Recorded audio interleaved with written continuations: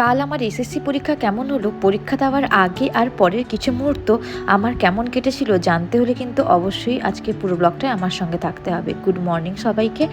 আজ 8ই সেপ্টেম্বর সোমবার, আর এখন বাজে সকাল 7:30। আমি আজকে ভয়েসটা দিচ্ছি, আর যে ক্লিপগুলো দেখছেন সবই কিন্তু কালকে সকালের ক্লিপ। কালকের মতো আগে কখনোই নিজেকে এতটা অপমানিত ফিল করিনি।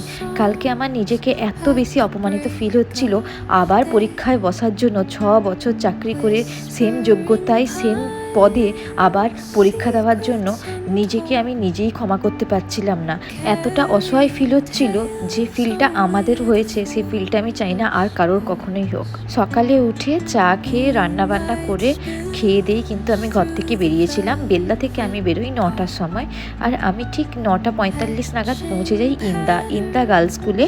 আমার সিট পড়েছিল, আর পুরো রাস্তা যাওয়ার সময় ঘর থেকে বেরোনোর মুহূর্ত থেকে আমার চোখ দিয়ে জল পড়ছিল। আমি কিছুতেই আমার চোখের জলকে আটকাতে পারছিলাম না, কারণ একই যোগ্যতায় আবার পরীক্ষা দিতে যেতে হচ্ছে, আবার নিজেকে প্রমাণ করতে হচ্ছে, কারণ কি না লোক চুরি করেছে। যা কি করব, যে রাজ্যে থাকি সেই রাজ্যেরই এই অবস্থা, যে হাত পা বাঁধা। পরীক্ষা তো দিয়েছি, মোটামুটি ভালোই হয়েছে। এখন দেখা যাক ভাগ্যে কি আছে। আমার হাতে তো আর কিছু নেই, আমার হাতে যতটুকু ছিল ততটুকু করেছি। পরীক্ষা দিয়ে বেরোনোর পরে অভিদ বলল চল রাজবাড়ি থেকে খেয়ে আসি। আমার যদিও মনটা ভাল লাগছিল না, তবু যখন ওরা বলল সবাই তখন চলে গেলাম। আর যখন গেলাম তখন ভাবলাম কয়েকটা ক্লিপ নিয়ে নিই, আপনাদের সঙ্গে শেয়ার করে দেবো, আমারও কন্টেন্ট হয়ে যাবে ব্লগের। এখন যাকে স্ক্রিনে দেখছেন ও আমার একজন বৌদি হয়, ওহিদ দার স্ত্রী।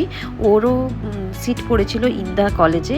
তো অভিজিৎ আর ওহিদদার ওখানেই দেখা হয়, আর ওখানেই ওরা প্ল্যান করে যে আমরা পরীক্ষা শেষ হলে রাজবাড়িতে খেতে যাব। আর সেই অনুযায়ী আমরা রাজবাড়িতে খেতে এসেছিলাম, আর অর্ডার করেছিলাম চম্পারন মাটন। একটা হাঁড়িতে ছিল 8 পিস, আর রান্নাটাও দারুণ হয়েছিল। রাজবাড়িতে তো পুরো রাজার মতো ট্রিট করছিল। কিন্তু যাই হোক, রাজবাড়ির যে স্ট্রাকচারটা এত সুন্দর এত বড়, ওটা কিন্তু পার্মানেন্ট স্ট্রাকচার নয়। সিনেমায় যেরকম সেট হয় ঠিক সেই রকমই, মানে উপরেরটা টিন দিয়ে ফল সিলিং করে বানানো। খাবারগুলো কিন্তু ভালো ছিল, কিন্তু প্রচণ্ড কস্টলি। আমরা এই খাবারটাই খেয়েছি প্রায় 3,000 টাকা। মানে আমার প্রচণ্ড গা কসকস করছিল। অভিজিৎ রেটিং দিচ্ছিল, দেখুন অভিজিৎ বসে গেছে রেটিং দিতে। যাক, খাওয়া দাওয়ার পরে ওখানে 2টো চেয়ার ছিল ফটো তোলার জন্য, ওখানে ফটো তুলে বেরিয়ে পড়েছিলাম বাড়ি আসার জন্য। আমার প্রচুর মাথা যন্ত্রণা করছিল, আমার আর একটুও ভালো লাগছিল না। তো আমি অভিজিৎকে বারবার একটা কথাই বলছিলাম যে এই চাকরিটা কি না করলেই নয়, কেন বারবার করে একই জায়গায় অপমানিত হতে আসছি। যাক, আজকের ব্লগটা এই পর্যন্তই। দেখা হবে পরবর্তী একটি ব্লগে। ততক্ষণের জন্য টাটা। আর আমার ভিডিও ভালো লাগলে অবশ্যই লাইক কমেন্ট করবেন।